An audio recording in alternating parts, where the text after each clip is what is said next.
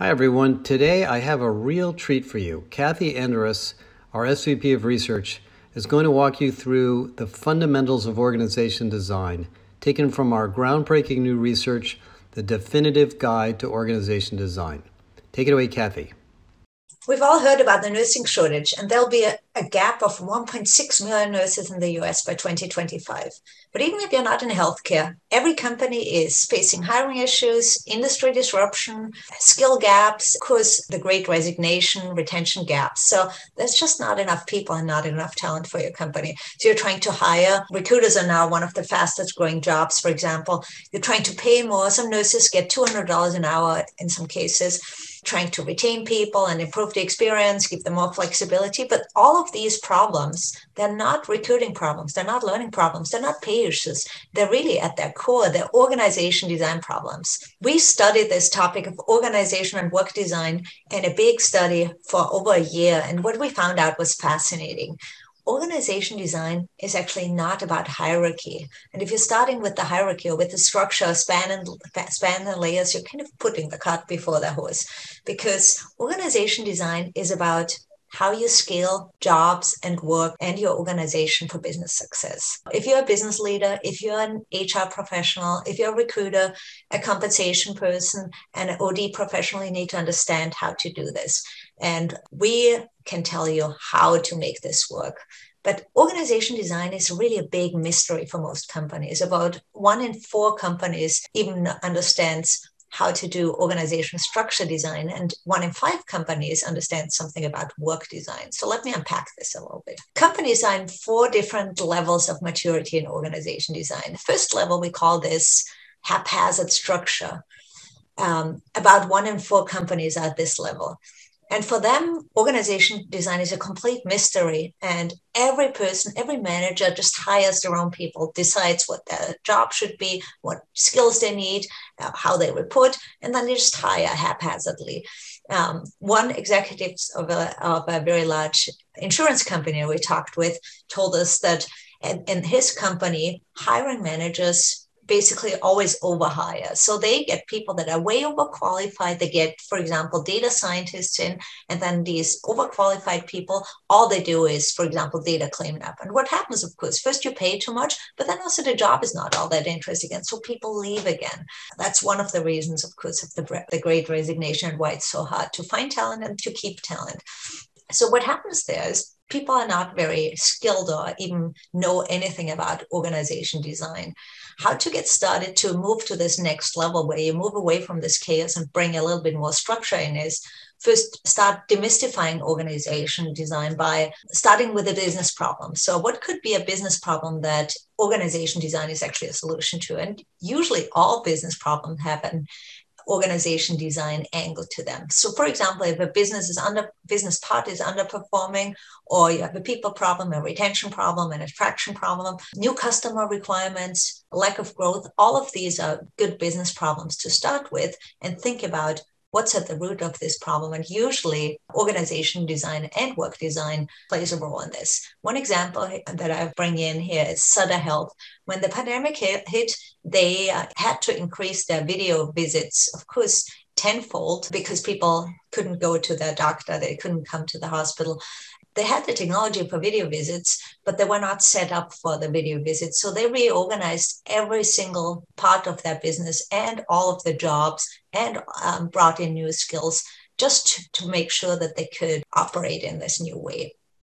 So the next level, we call that traditional organization design. And that assumes organizations operate like machines. And so when something is broken in that machine, you go ahead and fix it. But organizations don't work like that.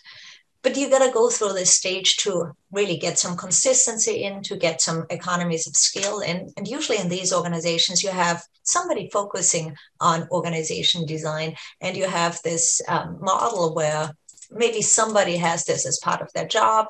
Maybe it's somebody in org effectiveness. Maybe it's somebody in the business or in HR that thinks about organization design and try to address these business problems. They try to sometimes do these span and layer analysis or reduce layers of hierarchy or something like that.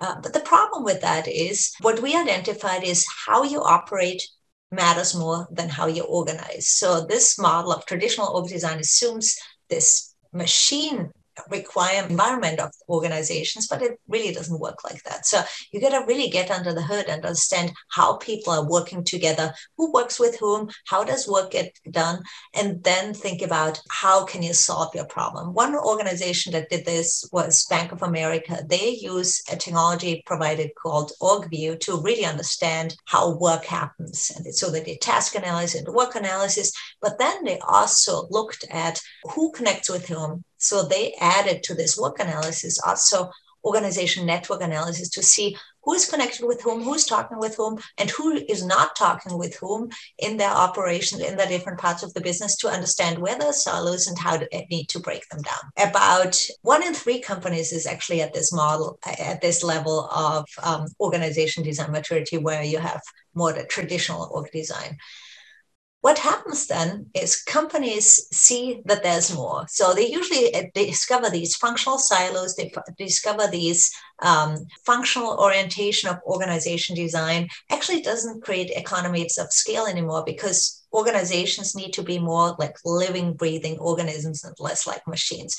So we call that level connected culture. And another 1 in 3 companies just about is at this level of connected culture, where people basically start working together in cross-functional teams. They start breaking down the silos in some ways, but then in the end of the day, they probably also talk a lot about agile ways of working or cross-functional collaboration, but at the end of the day, they go back to their silos and can't operate their old ways again.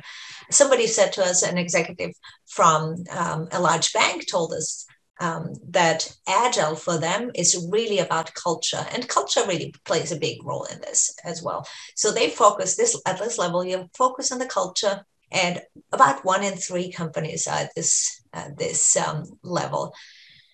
The way to move to the next level, which is the highest level of maturity, is to bring employees into the mix. So listen to employees, involve employees in organization design. And by the way, only 1 in 10 companies actually involve employees directly in organization design decisions. And it's probably for the reason that company thinks it's easier to do it behind closed doors, but it's really not easier, because the only people that understand how work happens are the people in these roles themselves. So bring people in, bring them into decision-making about their work, and don't just design solutions for employees, design them with employees. Bosch Power Tools, for example, they're very large German manufacturing company. They asked their manufacturing frontline employees to identify how to organize in agile ways. They used to work in functional silos, and then they started working in agile ways. And they asked employees, how should we organize? How do you want to organize? Do you want to organize around a customer problem, or around a tool, or around a solution, or around the customer group, and really empower them to make these decisions themselves? And that really helped them to move from a company that was selling power tools to a company that solves drilling problems, and their customer satisfaction went way up, and also their employee satisfaction went way up. So it was a really good way of thinking about agile and implementing agile ways of working. And the last level of maturity, when you get there, looks more like this. So that's more thinking about a company not as a machine, but as a living, breathing organism that adapts to changes in the environment like a butterfly. These companies, and there's only about 1 in 10 in the market that working this way, we call them agile and accountable, because both agility and accountability factor in there. And agility is not just about the Agile manifesto. Agility is really about working in agile, customer-aligned teams that create value for the customer, that bring employees into the mix, and that identify very clearly who is the accountable person for a specific outcome and how are they going to create value. Clear accountability is actually not opposed to agility. It's actually the other side of agility, if you want. One example is here about the nursing problem. I mentioned the nursing problem before, the nursing shortage before. And one way to address the nursing shortage is clinical transformation. And clinical transformation really thinks about the role of the nurse completely differently. So in the traditional nursing model, a nurse does everything. They check patients in, they give medication, they give checkout procedures, they update charts. If something happens, they clean up the room if the patient isn't feeling well. So they do a lot of stuff. So nurses only practice about less than 30% usually at what they call top of license. And what that means is they can use their talent, their skills, and their capabilities as a registered nurse to the fullest extent, most of the time to do something else. And so how you make a dent into this huge nursing shortage problem is to redesign the nursing teams basically around customer-aligned, patient-aligned teams that include machines and that include RNs, of course, but also lower level, first entry level people, for example. And how this could happen then is that, for example, a medication robot could give that medication, for example, and AI could tell the nurse where they need it next or most. A helper or a patient care technician could give the discharge procedures to the patient. So all of these agility ways and ways of working in agile ways really help not just make a dent in the nursing shortage, but then also, of course, nurses are much happier because they can do what they love to do and what they're educated to do. And these entry-level people, they also see maybe a way to get to a higher paid and higher qualified jobs by observing what a nurse does and then eventually getting an RN degree, for example. It's not very easy to get there, of course, and it requires a lot of work. It requires you thinking about your business model. It requires you to think about technology and your customers and what customer success even means and what customer outcomes you need to get. But it really, really pays off. You'll be 4 times more likely to delight your customers, 27 times more likely to engage and retain employees, and 30 times more likely to adapt well to change. You'll create better jobs, better experiences for your customers and for your employees, and you also sense and respond to what's out in the future and just in agile ways adapt your work models. Organization and work design is at the core of solving the talent shortage. It's at the core of the skills issue and also transforming your business for future success. We wrote the definitive guide to organization design that helps explain the what, the why, and the how of your journey to Agile.